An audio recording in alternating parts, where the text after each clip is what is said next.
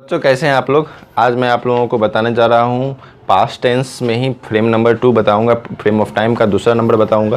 पहले आप लोगों को पिछली क्लास में मैंने ये बताया फ्रेम ऑफ टाइम ये हम लोग पास्ट टेंस में ही पढ़ रहे हैं, पास्ट में ही फ्रेम ऑफ टाइम का पहला पेयर मैंने ये बताया था कि यदि किसी भी सेंटेंस में आपको yesterday, previous, ago, last month, last year, last week etcetera, इन सब में से कोई भी आता है तो आपको बस एक बात को याद रखना है। हम जानते हैं पास्ट के लिए हम लोग दो चीज़ का यूज़ करते हैं, एक तो वर्ब टू का, दूसरा हैड प्लस V3 का, यही करते हैं। आपको इस बात को याद रखना है कि हमें हमेशा कोशिश ये करना है 95% चांस केस में आपको वर्ब का दूसरा रूप को यूज़ करना है, जबकि हैड प्लस V3 5% चांस में ही यूज़ करना है। जब भी इस तरह का सेंटेंस आएगा जिसमें भी पास्ट में क्या कहते हैं yesterday, previous, ago, last month, last year, last week रहे, आपको कोशिश करना है 95% कोशिश करना है वर्ब का दूसरा फॉर्म ही लें, वही आपका सही होगा। क्लियर है। आज हम लोग पढ़ेंगे फ्रेम ऑफ टाइम का दूसरा पेयर, दूसरा नंबर। इसको मैं मिटा रहा हूँ। इस पर मैंने क्वेश्चंस आप लोगों को बहुत सारा कल पिछली क्लास में मैंने करवा दिया है।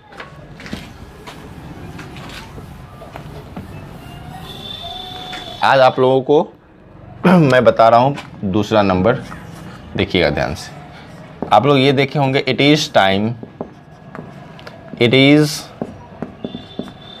Is opportune time, opportune time भी बोलते हैं हम लोग।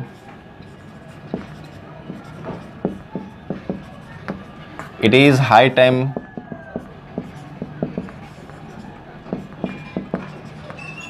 It is about time. ये चार सेंटेंस, इस तरह के सेंटेंस जब दिखने को मिलते हैं तो हम लोग एक बात जानते हैं कि इसके साथ हम लोग क्या करते हैं, आंख मूंद के 2+V1 ले लेते हैं। लेकिन इस तरह का क्वेश्चंस आपको एग्ज़ाम में आते नहीं हैं। एग्ज़ाम में आते क्या है, आपको ये नहीं देकर आपको यहाँ रहेगा सब्जेक्ट प्लस वर्ब का दूसरा फॉर्म। हमेशा याद रखिएगा एग्ज़ाम में आपको इस टाइप का क्वेश्चन पूछा जाएगा कि ये सब रहेगा और इन सब का मतलब होता है, याद रखिएगा ध्यान से, इन सब का मतलब होता है उचित समय, इन सब का मतलब होता है उचित समय। इस तरह का कोई भी सेंटेंस आ रहा है शुरुआत में, और खासकर याद रखिएगा ये हमेशा शुरुआत से यानी स्टार्ट में ही होता है, किसी भी सेंटेंस के स्टार्ट में ही रहेगा, ये आपको देखने को मिलेंगे। ये चारों पेयर में, चारों सेंटेंस में से कोई भी एक रहेगा। तो उसके बाद हमको क्या सब्जेक्ट दिया रहेगा, तो सब्जेक्ट के बाद हमेशा याद रखिएगा वर्ब का दूसरा फॉर्म लेना है। ये आज आप लोग का पास्ट टेंस का लास्ट क्लास है, ध्यान से रखिएगा। इस पर कुछ सवाल हैं जो आपके एग्ज़ाम में पूछे गए हैं, कुछ मैंने खुद से बनाए हैं, वो मैं आप लोगों के सामने रखने जा रहा हूँ। क्वेश्चन नंबर 1 देखिएगा। It is high time you decide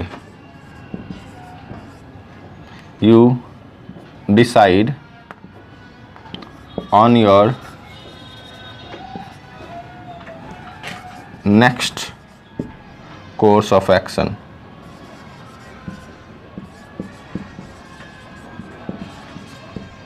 No error। अब देखिए ये है आपका ए, ये आप लोगों को इसमें एरर खोजना है। एरर क्या होता है, ए, ये आपका हो गया योर तक बी, और ये सी, और ये डी। आपको इसमें से आंसर करने हैं, तो क्या आंसर होगा, तब तक आप लोग आंसर खोजिए, तब तक मैं दूसरा क्वेश्चन लिखता हूँ। Question number 2, it is not opportune time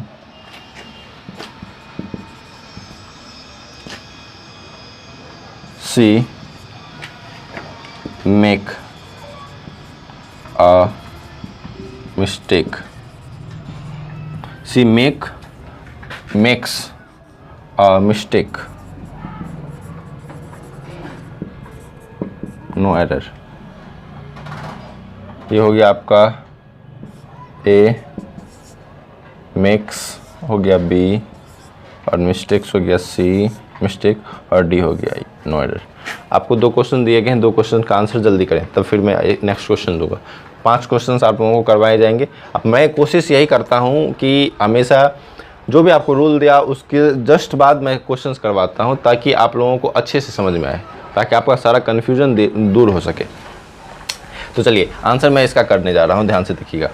क्योंकि आप जैसा कि आप जानते हैं कि स्मार्ट बोर्ड है नहीं, तो स्मार्ट बोर्ड नहीं होने के कारण आपको मैं स्लाइड कर नहीं सकता, तो फिर से मुझे मिटा कर ही लिखना होगा।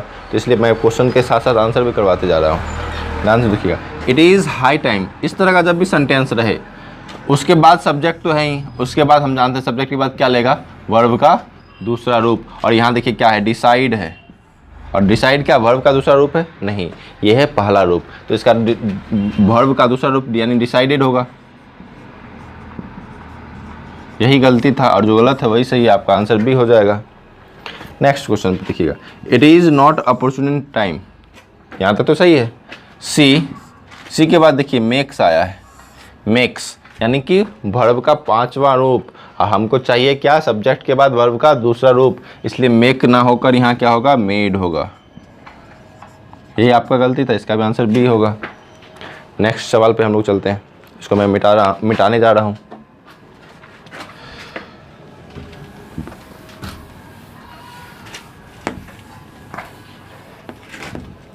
इसको भी मैं मिटा देता हूँ, फिर और भी ज़्यादा क्वेश्चंस लिख पाऊँगा।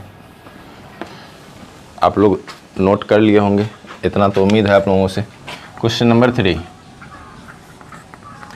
It is about time she buys this car, no error.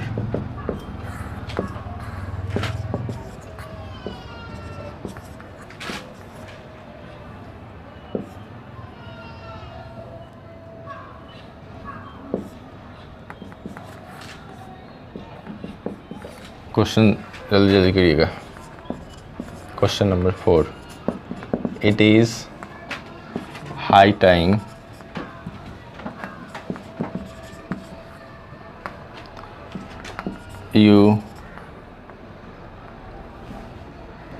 you would have bought, you would have sold this house, sold this house, no error।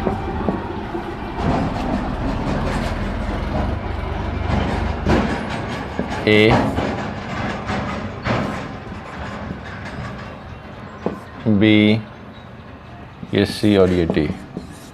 आपको यहाँ देखना है, खोजना है। चलिए एक क्वेश्चन इम्प्रूवमेंट वाला देते हैं, सेंटेंस इम्प्रूवमेंट का। It is time Sohan